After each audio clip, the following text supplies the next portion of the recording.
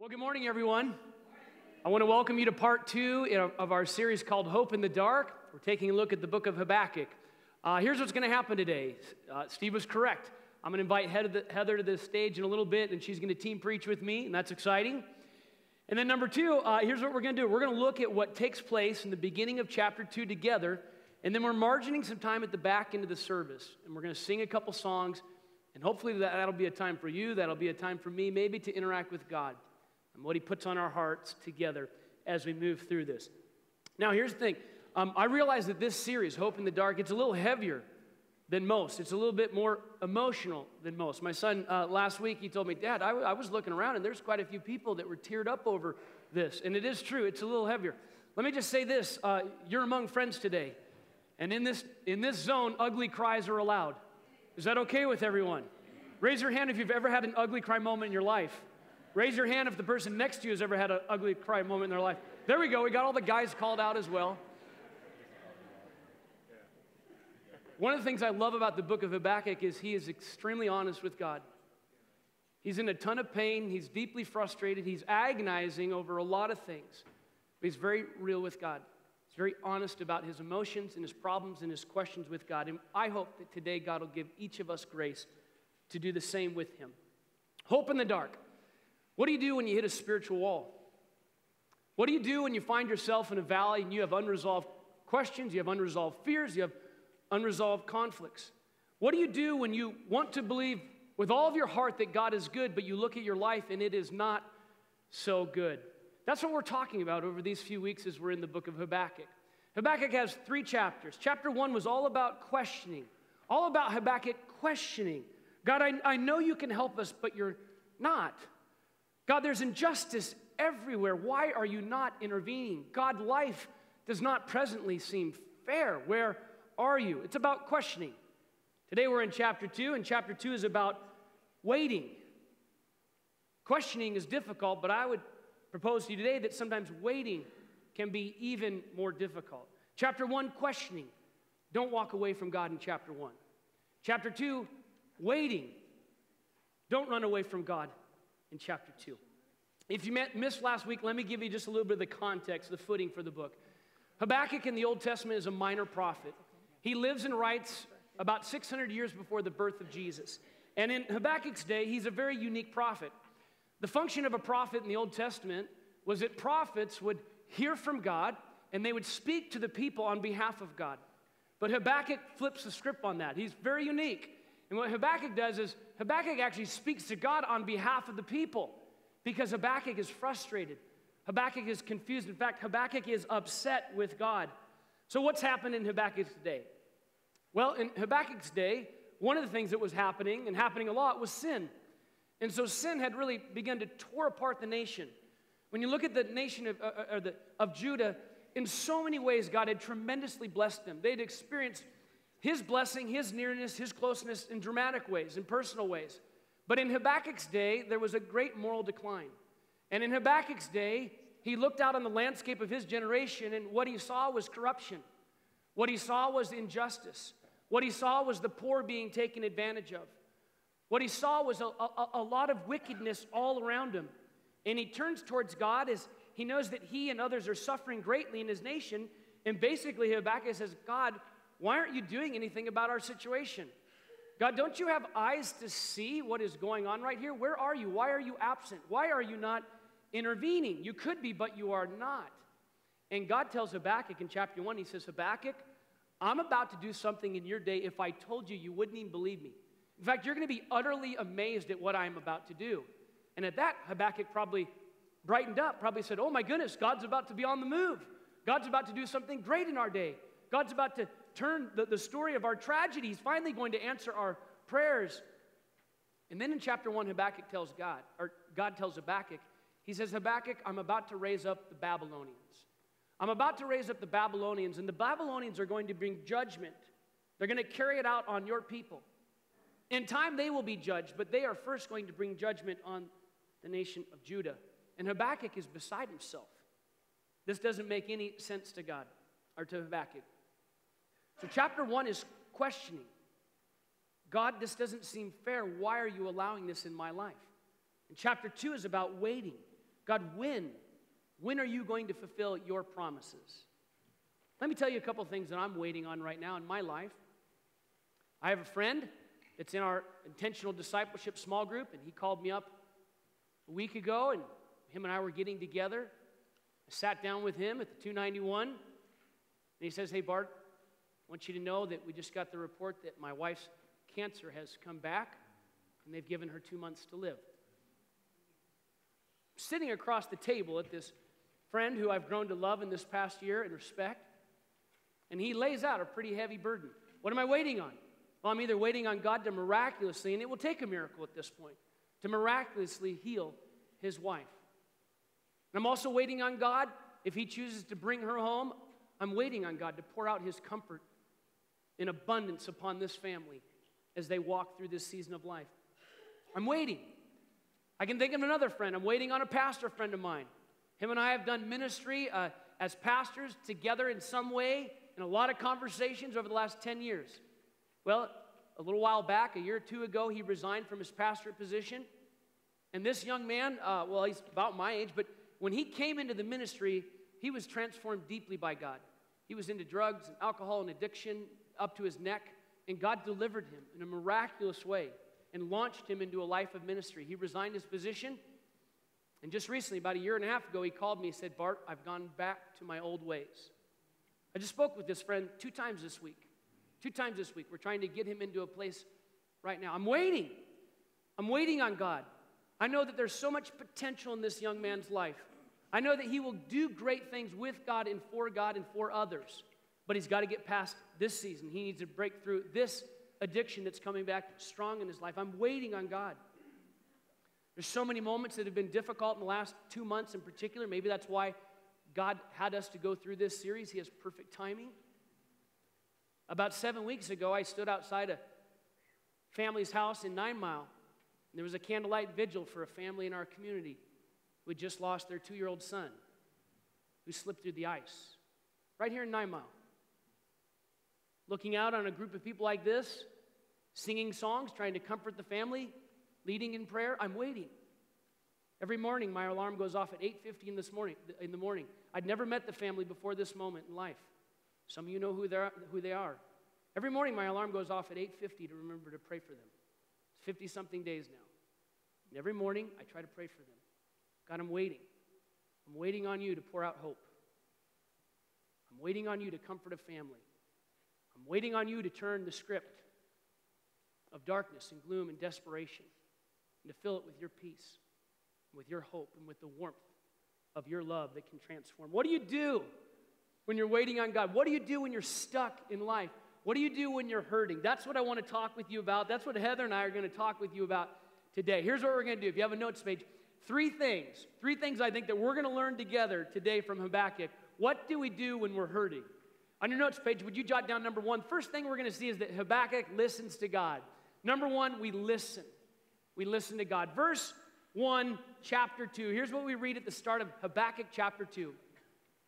Habakkuk writes, I will stand at my watch and station myself on the ramparts. I will look to see what God will say to me. Habakkuk says, I'm hurting. I'm confused. I'm dealing with tremendous pain. I've poured out my complaints to God, and now you know what I'm doing? I'm positioning myself. I'm positioning myself to hear from God. I'm positioning myself to see the hand of God move in my life and in my day. In the chapter 2s of life, some people move away from God. Some people quit on God, and I want you to note that Habakkuk does none of those things. He's dealing with the same grief and tension that some of us in this room are. And he doesn't move away from God. He moves towards God. He says, I'm going to position myself. Almost like a watchman on the tower in those days that would look out, built up high, and they would look out and they would see if a messenger was coming or they would see if the enemy was coming. He says, I'm going to build a rampart. I'm going to position myself to hear what God will say to me. Part 1 is we listen to God. I'd say to you, if you're in a valley today, if that's your present reality, position yourself to listen to God. I don't know how he'll do it. I don't know when he will do it, but I believe with all of my heart that God will speak to you in your circumstances. Heather's going to join me in a second, and you're going to hear about one of the trials that we navigated. probably the most intense trial maybe that we've navigated together as a couple. But I know that God can speak to you because I saw God speak to us. He didn't remove some of the fear and anxiety immediately. He didn't pull us immediately out of the situation. There wasn't a one prayer miracle done. But over time, God delivered us and God began to speak to us. And we positioned ourselves as best we knew how. How does God speak to you? Well, I'd say to you that God can speak to you in His Word. The Bible says that all Scripture is God-inspired, and it's useful for teaching and correcting and rebuking and training in righteousness so that we can be equipped. The Bible says that the Scriptures are living and active. They breathe life. They were written thousands of years ago, but they're contemporaries. And the Spirit of God will use the Scriptures of God to speak powerfully into your heart. God can speak to you through a whisper of His Holy Spirit in a personal, profound way. He can speak to you through other people. He can speak to you through circumstances. He can use a message like this if He wants to speak into your heart. He can use a song that comes on the radio or a song that we might sing together to speak to your heart when you're hurting, when you're wrestling, when your life has been turned upside down. The first thing that we do is we listen. We listen to God. Now, I'm going to invite my wife to the stage. Would you join me in welcoming Heather as she comes this morning?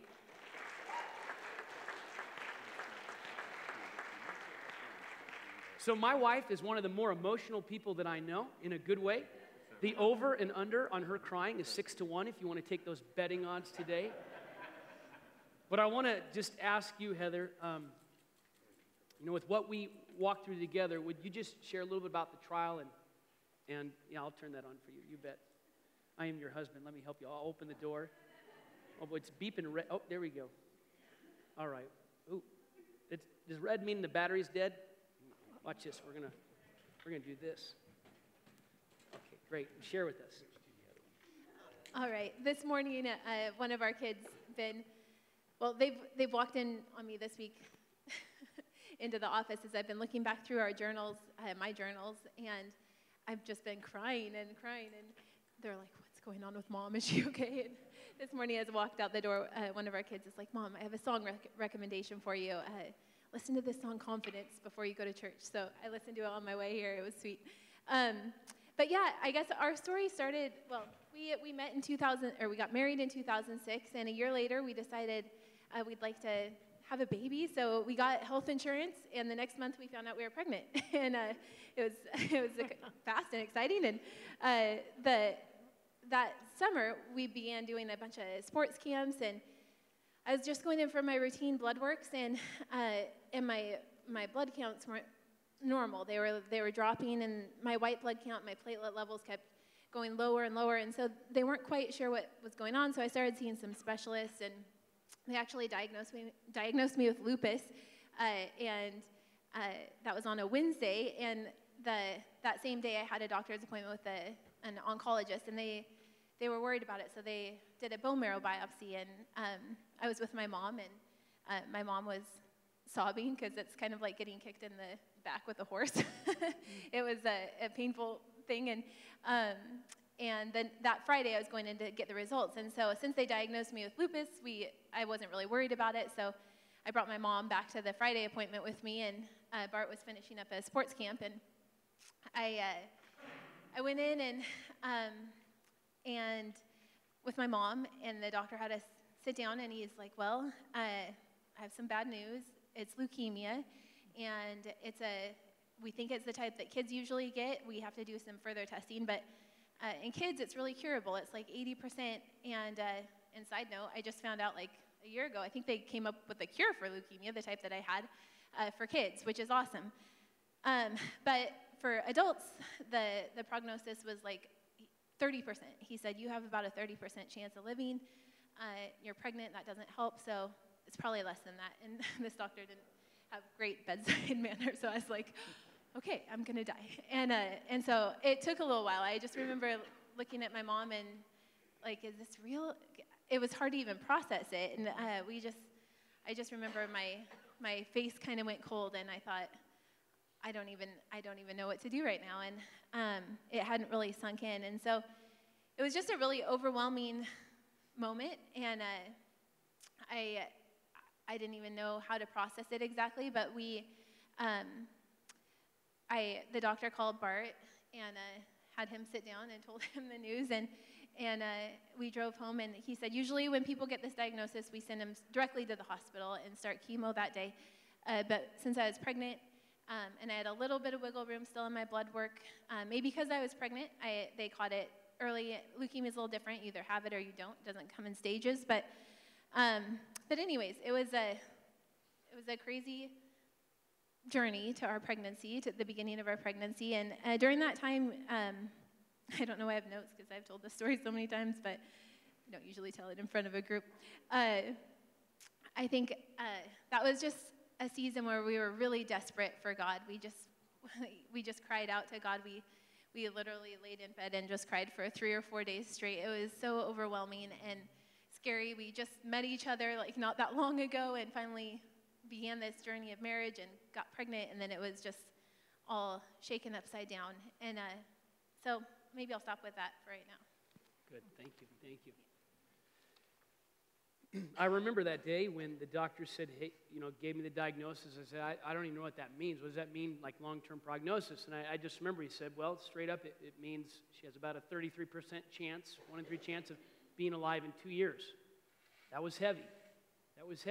You've had some heavy stuff come your way. What do? Number 1, we listen. Number 2, would you jot it down? We write. Number 1, we listen. Number 2, we write. We write down what God is going to say to us. We document it. We record it. This is the instruction that God gives Habakkuk. Chapter 2, verse 2. Then the Lord replied to Habakkuk, write down the revelation, make it plain on tablets. God said, document what I'm about to say. Record what I'm about to say. Put it to pen and paper, Habakkuk. Now, why do we do that? Well, partly we write down what God tells us in these moments because how many of you are like me, you're forgetful. It's a little bit of time goes by and you can't remember what God said exactly. It loses its clarity. But let me give you another second reason I think is profound. If you believe the scriptures and you believe Jesus, Jesus says that there's an enemy of your soul. How that all works out, we don't know exactly all of it, but we know that there's an enemy of our soul. And we know that he comes to steal, to kill, and destroy. He would nothing more for your life than for you to be hopeless and to walk in the dark the rest of your life. And what he would love to do is take whatever God has given you and rob you of that. Whatever hope God has given you to hold on to, whatever promise he has laid at your feet, he would love to take that away from your remembrance. And so we record it, we write it down, we document it so that he can't take what God gives to us. Practically, here's what could happen. God could speak to your heart. God may give you a promise from his word. He says, this is for you, hang on to it. God might use a conversation with somebody, and just in that conversation, you have such a deep sense that the Lord is ministering something directly to you. God may give you a moment where there's peace, or there's clarity, or there's perspective, and it's profound, and you understand what he's trying to get through, even though there's clouds everywhere around your life. But the enemy would desire to take away that very word that God gives to you. I don't know about you, but here's what I've noticed when I go through some things. Fear and doubt can kind of boomerang back around. I can have a moment of profound clarity where I understand the hope that God is holding out to me. But then some time goes by and that fear or that doubt or that concern can come back around. But if I've recorded it, if I've documented it, if I've jotted down what the hope that God has given me, I can go back to it as an anchor. And here's the other thing, like life just happens. I don't know, maybe today, as we have some time at the end, maybe for a couple of us in this room, maybe God's going to speak in a very significant way. In fact, get ready for it. Maybe he'll speak in a way that you've never really sensed him speak to you like this. Not in a weirdo way, but in a healthy, God-honoring, biblical way. He'll speak to your life. But how many of you know life goes on? You're going to head back out to the parking lot. You're going to try to tuck your toddler into there. You're going to swear they're demon-possessed at the time. You're going to see the French fries all in front. You're going to be trying to break up the argument in the back row. And life goes on. You're like, what did God say to me? Or did that really even happen? Or was it really for me? Don't let it happen. We write it down. We put it on paper. Why do we do that? Because in those moments where doubt begins to creep up, where uncertainty begins to creep up, where the time frame of what you sense God saying to you and the fulfillment of is longer than you hope for, you go back and it serves as an anchor. It serves as something you can hold on to. And you look at that again, and you hold on to that again, and you embrace that again, and you put it to remembrance again, and you believe God for it afresh again, and you don't let the enemy take what God has given you. When you're heading into a tempest of the unknown, write down what God has told you and hang on to it like an anchor. So, honey, this was huge for you. In fact, this point, write it down, was maybe one of the most profound things that God did to unleash hope in the midst of struggle. Would you share that with us? All right. Well, I was diagnosed on July 20th, and we were able to take a couple weeks to decide where are we going to go for treatment. And after getting a few opinions, we ended up moving to Seattle and going to the Swedish hospital. We found a great doctor that was one of the best in the Northwest with leukemia, and they also had a lot of specialists that could work with us since I was pregnant also. And but even with all that, it was really a fearful season for me. I really battled even what to pray. Like, do I pray that, do I long for heaven, or do I long to have life here on this earth? Is it bad to long to have life here on this earth, or should I just be focused on spending eternity with Jesus in heaven? And just kind of battling that, what do I even pray for? And then in the midst of that, having so much fear and just scared of the process and what was going to happen. And I journaled a lot during those days, and one of my journals, I wrote just some verses that were speaking to me, but Revelations 1:17, I am the first and the last, I'm the living one, I was dead, and behold, I am alive forever and ever. And Revelations 2:7 said, to him who overcomes, I will give the right to eat from the tree of life, which is in the paradise of God. So I think God was encouraging me, like, just hold strong, keep your faith, don't lose heart. And I didn't really wrestle too much with why God. I probably am more of the person that is like, I deserve this. I am, and so I had to battle that a little bit. Like, no, this isn't a punishment. This is just a process that God's bringing me through. But I journaled this, and on July 28th, I said, this past week has been more than I ever expected. I had no idea of this turn in life. This turn is a turn in the river I never expected. I've gone through such a wide range of emotions, from hope to sorrow to dread and back to hope and courage. That was just a little snippet. But before we left for Seattle, we came to church, and there was a pastor here at the time named Pastor Ron, and he had stayed up the whole night before. God had woken him up, and he couldn't sleep, and he had felt like the Lord had given him a word for us. And he said, I want to share this with you. And the verse was Psalm 30, 1-3. It said, I will exalt you, O Lord, for you lifted me out of the depths, and you did not let my enemies gloat over me. O Lord, my God, I called to you for help, and you healed me. O Lord, you brought me up from the grave, and you spared me from going down into the pit. And so he was standing for us, believing that God was going to heal me. And so it was a really encouraging service. And then we left. And then it's like, oh, I forgot what happened. And it's so easy for fear to just come in and cause so much, so much fear. And we ended up driving to Seattle, and, oh gosh, I gotta hurry, huh? Sorry. He was worried I was gonna do this. There's so many parts of the story, but I think we got to Seattle, and I began treatment, and the first day I began treatment, Bart felt like he was supposed to start a fast. And so he started fasting. I was an inpatient for 21 days. The first phase of chemo was 21 days. It's a 2-year-long protocol. And so we were inpatient. We were residents at the Swedish hospital. He had a nice bed in the windowsill. And we started the treatment there, and he started fasting. And he didn't know how long he was going to fast for. And so as he was fasting, the first week, he lost like 15 pounds. And if you know him, he doesn't have a ton of weight to lose. So I was kind of scared, like, I'm going to lose my husband in this process. And but through it, on the 7th day, God spoke to him. He would do his devotions a lot of times in the stairwell of the Swedish hospital on the 12th floor. And we really felt like God's called us to the Swedish hospital. Like, this is right now, this is our mission field. This is where we're supposed to be. And so it was kind of exciting. We would pray for people and get to spend a lot of time with the nurses. And they were kind of, it's like when Paul was strapped to the guards. and so they had to listen to a lot of the Bible. Bart would read out of the Bible while I was getting my chemo. But anyways, the 7th day, God spoke to Bart, and he spoke to him out of this verse out of Psalm 21 at 2 and 4. It says, you have granted him the desire of his heart and not withheld the request of his lips. He asked you for life, and you gave it to him, length of days forever and ever. And so Bart really felt like that was his verse to hold on for my healing. And it was in Psalm 21, and so he kind of thought, I think God's calling me to a 21-day fast. And so we began this journey, but we finally felt like God allowed him to have some juice, so that was good. But I would cry every time I would eat because it was just, I felt so bad. But it was so cool. It was such a bonding time for our marriage.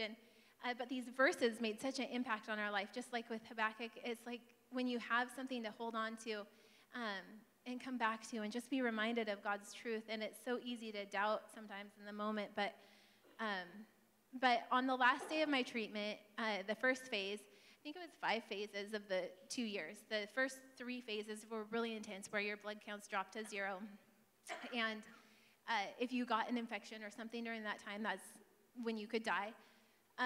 But the first phase was really to find out, would I go into remission or not? And so on the last day of the chemo, we were released from the hospital, and my blood counts were back up to kind of a normal range. So we went to my dad's house, and that next morning I did my devotions. And it was the 21st day, and my devotional that day was Exodus 23:20 through 25. And I'm just going to read it to you, but it was so powerful. And it says, "See, I'm sending an angel ahead of you to guard you along the way and to bring you to the place I have prepared. Pay attention to him and listen to what he says. Do not rebel against him. He will not forgive your rebellion, since my name is in him. If you listen carefully to what he says and do all that I say, I will be an enemy to your enemies and will oppose those who oppose you. My angel will go ahead of you and bring you into the land of the Amorites, Hittites, Perizzites, Canaanites, Hivites, Jebusites, and I will wipe them out." I'll just pause there for a second. That part really, to me, in that moment, felt like God's going to drive out all this leukemia out of all the parts of my body. And he's sending the angel before us so that I can just rest in that. And verse 24 says, "Do not bow down before their gods or worship them or follow their practices. You must demolish them and break their sacred stones to pieces. Worship the Lord your God, and his blessing will be on your food and your water. I will take away sickness from among you, and none will miscarry or be barren in your land. I will give you a full lifespan." And so I had this devotional that morning at my dad's house, and I was just sobbing, like, "Oh, thank you so much, God." Like, I didn't know yet if I was in remission or not, but I felt like this is the promise that God's given me to hold on to. Because our pastor had a verse, Bart had a verse, but I hadn't myself heard a word from the Lord. And so to me, that was the verse that really spoke to me for my healing. And so we drove back to the Swedish hospital that day to find out my results, if I was in remission or not. And I told Bart this verse. I told him what happened, and I said, "This verse spoke to me this morning. Let me read it to you." And I got to verse 25, "Worship the Lord your God. His blessing will be on your food and your water." And Bart's like, "I can eat today." And so it was a good day for both of us. So he had lost like 30. I mean, this isn't about us or Bart even, but it was so powerful how God spoke to us in that time. And so that was what else do I have to say about that? I think that's all I have for this section. Okay. That's good. Thank you.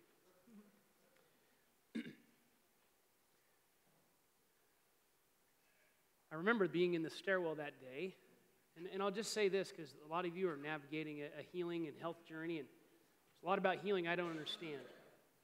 And I was waiting for God to speak, and I'll pray for people and believe, but there's a lot about healing I don't understand. I'm not one to say that he'll do. I just surrender it to the Lord. I pray in faith. But I don't know what God's going to do some of the time. But when he spoke to me in that psalm, which was the reading that I had for that day, there was something so near about the presence.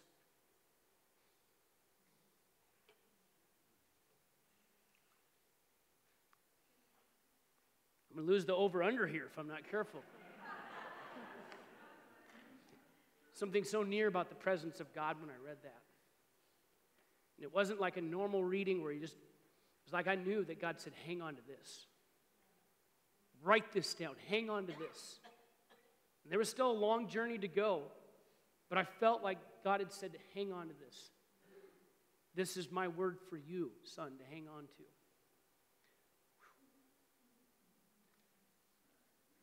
All right, what are we going to do?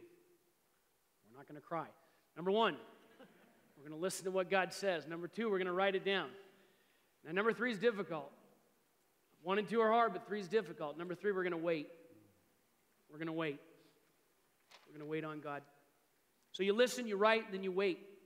You wait for the faithfulness of God to fulfill what He has said He will do. Some of you are there right now. What you want to see, you don't see, and you're in a season of waiting on God. Some of you may be saying, God, am I ever going to beat this depression? God, am I going to be single for the rest of my life? God, is our marriage ever going to come back together? God, will my son or daughter who has run so far away from you, will they ever come back to you? Waiting. You wait. Verse 3 says this, for the revelation awaits what? An appointed time. It speaks of the end and will not prove false. Though it linger, wait for it. It will certainly come and will not delay. Maybe you're waiting on a healing this morning. Maybe you're waiting on a job. Maybe you're waiting on hope to return to your heart after a recent loss of someone whom you love. Lady I told you last week had sent me a message about a son. One of her oldest son went to youth group of all places. And a pastor on staff said, hey, your son ran out of here. I don't know where he's at. That son was gone for 7 days. When he came back home, he was as high as a kite. And that began a 10-year drug addiction in his life.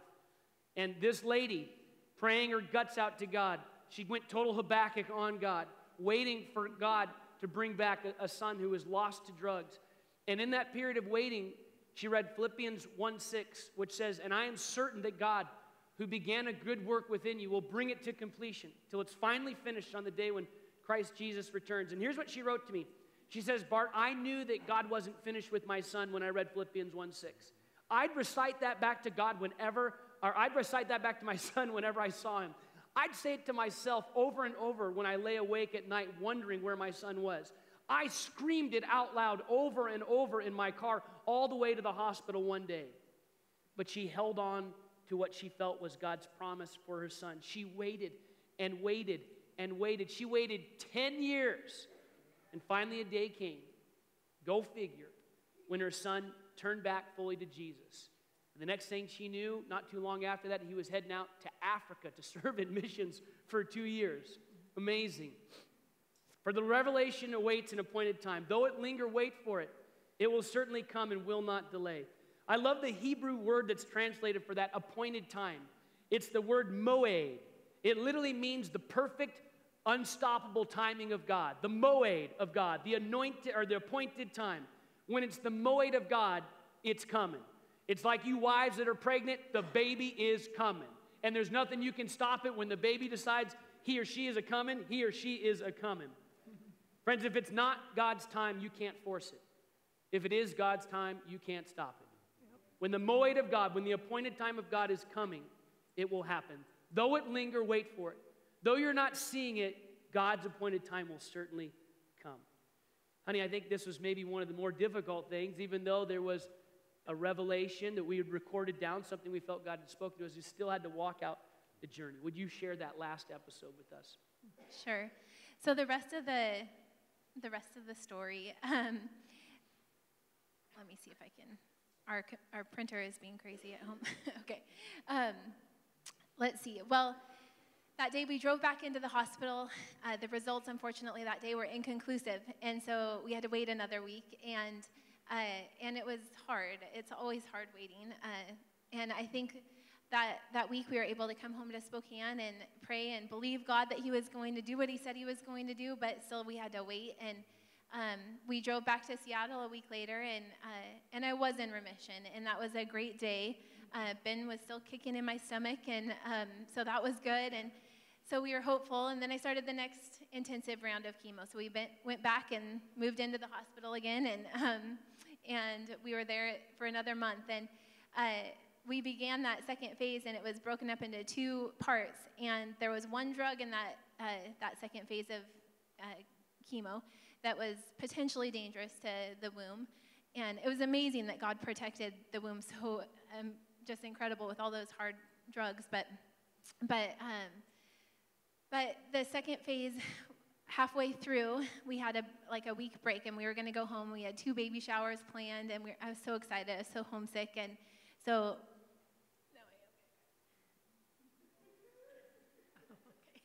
No, anyways, that day was hard because I knew it would. Sorry.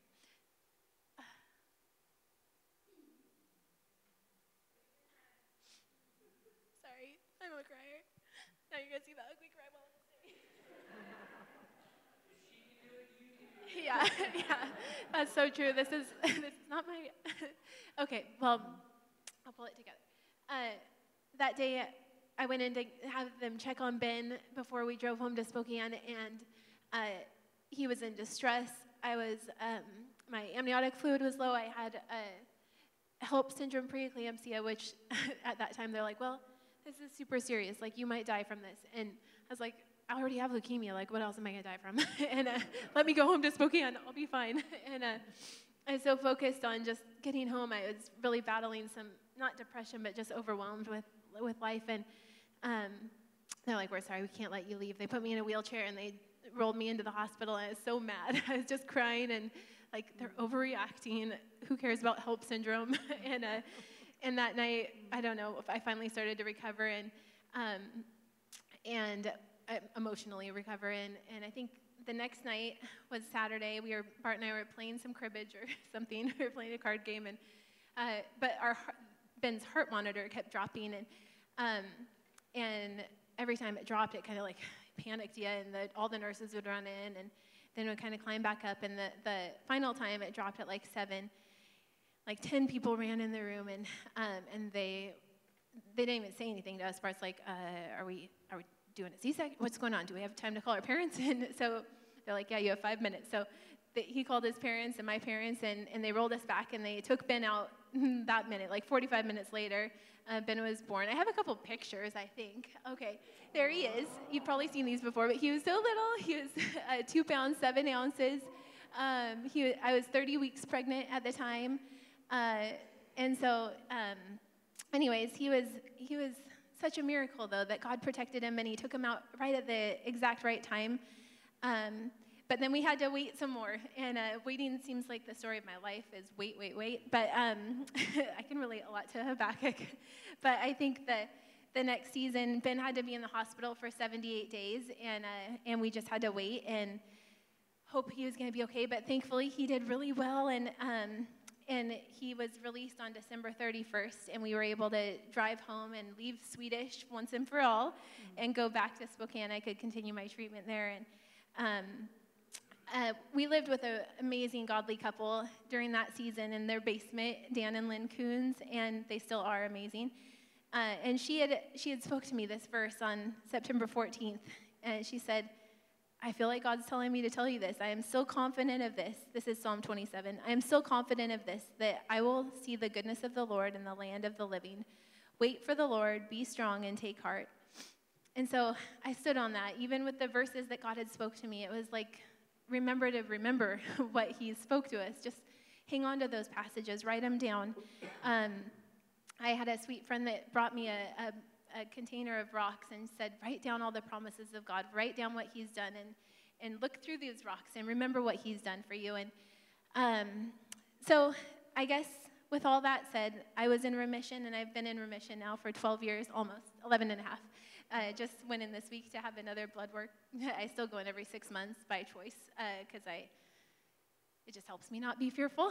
But I think, I think I have just grown of learning how to trust God in this process. And I know hopefully my testimony is just an encouragement that God does heal, and he also brings people home to heaven. I know it goes both ways, but he uses those times and those dark moments to speak to us. And sometimes those darkest moments are when we ultimately are so desperate for him, we hear him and are the closest with him. So I guess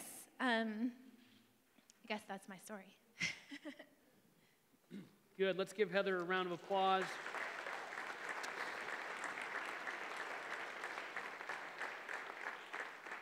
I'm going to invite the worship team forward, and I'm closing with a couple thoughts, and then we've margined, and we're right on time to give a few minutes for us just to approach God in whatever personal way would be appropriate for you. When you read chapter 2, you find out there's a real tension that's going on in Habakkuk's heart. He's disturbed, he's confused, he's upset. He's wondering why God says the Babylonians. The Babylonians. God, when are the Babylonians going to get their due?